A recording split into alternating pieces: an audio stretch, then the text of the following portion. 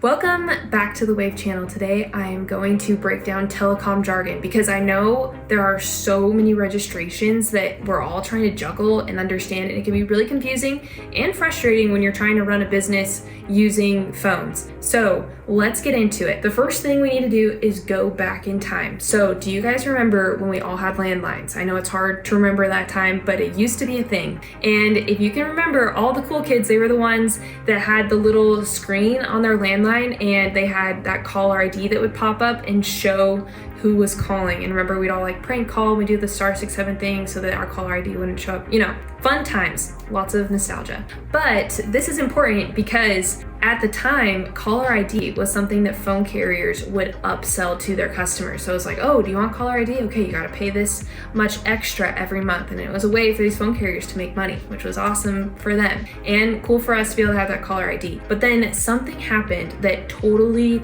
changed the industry. Everybody got cell phones. Cell phones totally changed the way that caller ID worked because now everyone could just save the contact information of the people that they actually wanted to be talking to. And then if someone else called, then they would know, okay, their name isn't popping up, probably don't want to answer it. It's not someone that I know, right? So all of a sudden there was this shift where it was like the people that are making the calls are trying to pay extra to have their caller ID show up. So that caused this shift where instead of the person that owns the phone paying extra money for the caller ID to come through, it was the person that was making the calls that was trying to figure out how to get their name to go through, right? And all of you guys are probably trying to figure that out as well. So that's what we're gonna get into. But first, we need to understand phone numbers. So when we all got cell phones, it kind of changed the way things worked with phone numbers as well. It used to be that you'd have your landline phone number and that was the number that you memorized, right? If you need to call them from school or something, then you would have that phone number memorized so you could call. But when people got cell phones, all of a sudden phone numbers could change owners quicker. So just in the time that I've had a cell phone, I've had probably 3 phone numbers.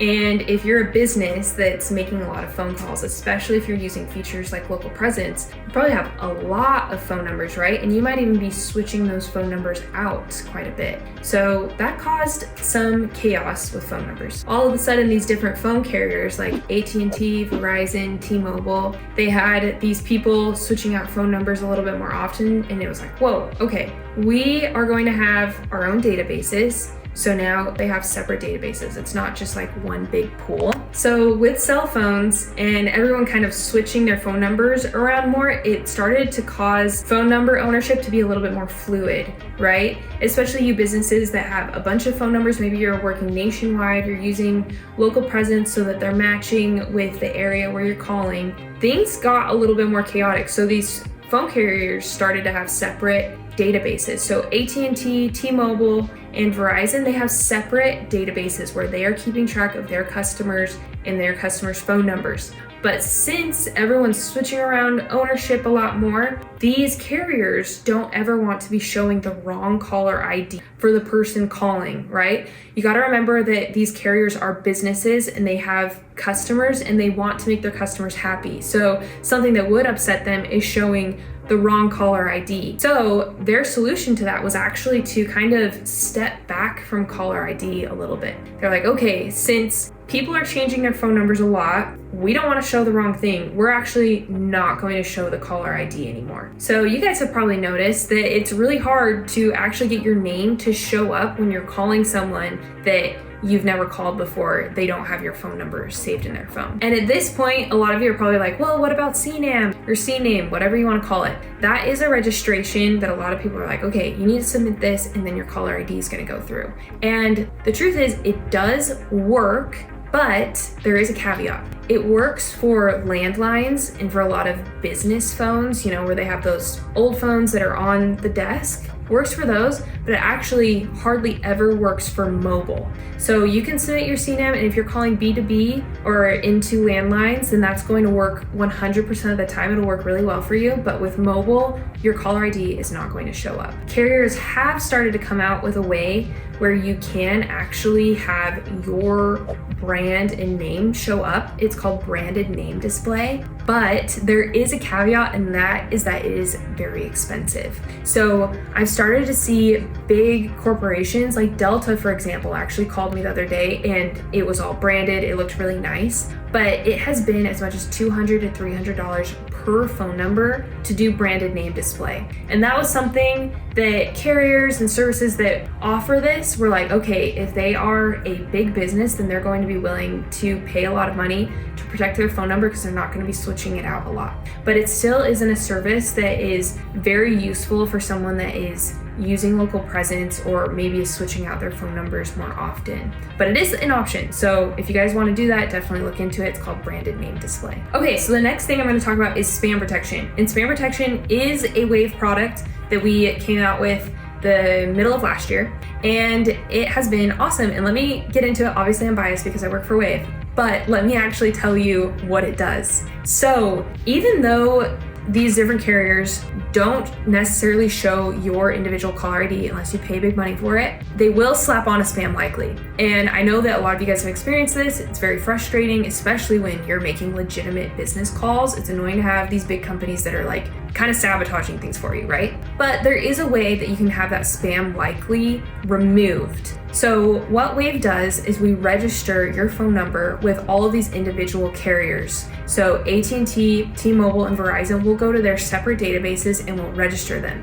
That's something that you can honestly do yourself. I see a lot of people out there saying, hey, go register your phone number with your individual carriers. That's something you can do on your own. That's great. However, where WAVV kind of goes a step further is we monitor that registration and those phone numbers. So anytime you are flagged as spam, we'll go in and we will remediate that for you. We protect you from spam. So we'll go to each of those databases and we'll say, hey, this is a legit business. Please remove the flag. We keep your phone number healthy. So that's been awesome to remove that spam likely caller ID that you guys get hit with. I highly recommend registering for spam protection. However, it has gone a step further where we have been able to prevent some errors that happen that a lot of users like yourselves, when you're making calls, you're not even aware of. So there are these two things. They're called 603 and 608 errors. Had to look to make sure I was saying the right numbers. But these errors are actually something that comes up when phone carriers block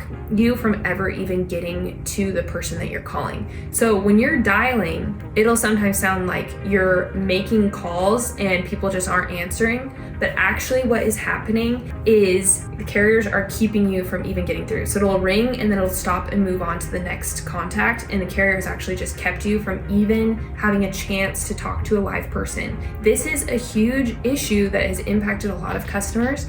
So we did a case study to see with one of our big teams that we have how their calls were impacted with spam protected phone numbers versus non-spam protected phone numbers, and the data was pretty cool. So these people are making a bunch of phone calls, right? You can see how many calls they're making, and on the left we have our spam protected calls, and on the right we have our non-spam protected calls. And you can see the connection rate is a little bit better when it comes to spam protected phone numbers. However, really the big difference comes in reducing those 603 and 608 errors. So if you look, the 603, 608 errors is 0.33% on spam protected calls, and then on non-spam protected calls, it's 0.89%, which maybe seems really small, but to the right, you can see that 8,934 calls would have gone through to a real person had they been calling on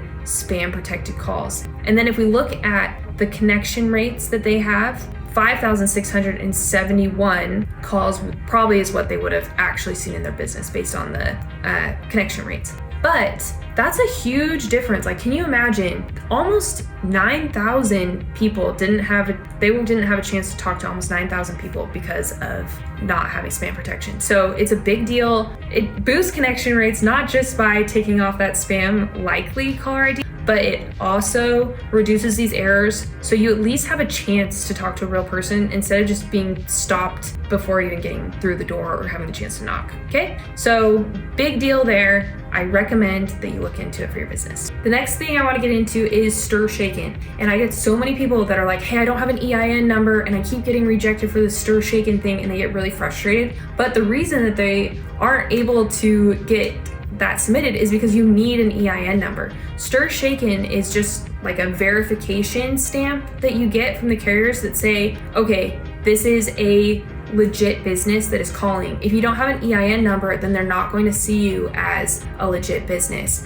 You can do sole proprietor for A2P registration, which I'll get into in a second, but not for stir shaken. So I would recommend that you get an EIN number if you want to be making calls in your business. Stir shaken impacts attestation, however you want to say it. And we have a few different attestation levels. There's A, B, and C. And basically, these attestation levels are assigned to each call that you make. And that's basically carriers saying, okay, we know where this person was coming from when they called. So we know what software they were using to make the calls. We know what phone number they're using. We know why they're making calls. And so if you have a C-level attestation, that's really bad because that means that they don't know any of those things. You don't have any kind of verification stamp. B-level means that they know who you are. They know what phone number you're using, they know why you're making calls, but they don't really know why you're calling from a certain software. So for example, you submitted your stir shaken in high level, and then if you take that phone number and call through WAVV, which is something that you can do, we do have that capability. If you don't have stir shaken submitted inside of WAVV as well, then you're gonna have a lot of B-level attestation. And people get really freaked out by that. And I'll tell you in a second what the connection rate difference is from what we found. But A-level attestation means that you have submitted stir shaken and the carriers know like, okay, this is the phone number they're calling with, and this is, you know, their business, this is why they're calling. They have a verification stamp, everything is good. So A and B are both pretty good. I mean, they're good at attestation. That's what you want. You'd never want C, and you guys probably won't ever have C unless you're doing sketchy stuff, in which case stop doing sketchy stuff. But with A level and B level, there's about a 3% difference in connection rates. So that's not like massive, but it's really nice to have that extra boost. So make sure you do your stir shaken. If you don't have an EIN, just get one. Finally, I want to finish off with A2P 10 DLC because that is everyone's headache. Just so you guys know, A2P 10 DLC is only for texting, not for calling. So just know that difference, because a lot of people will ask me with WAVV, like, well, where's the A2P 10 DLC? But they're just dialer users. They're not using any texting. So that's a headache. Carriers all decided that's something they wanted to do. Okay, so I hope that helps. Please let me know in the comments if you have any follow-up questions. I can make more videos on this. This, obviously you can go a lot more in depth. I definitely like generalize some things just to help give an overview of understanding. But if you have more questions, we can always talk about it. So put it in the comments, and thanks for watching. See you guys.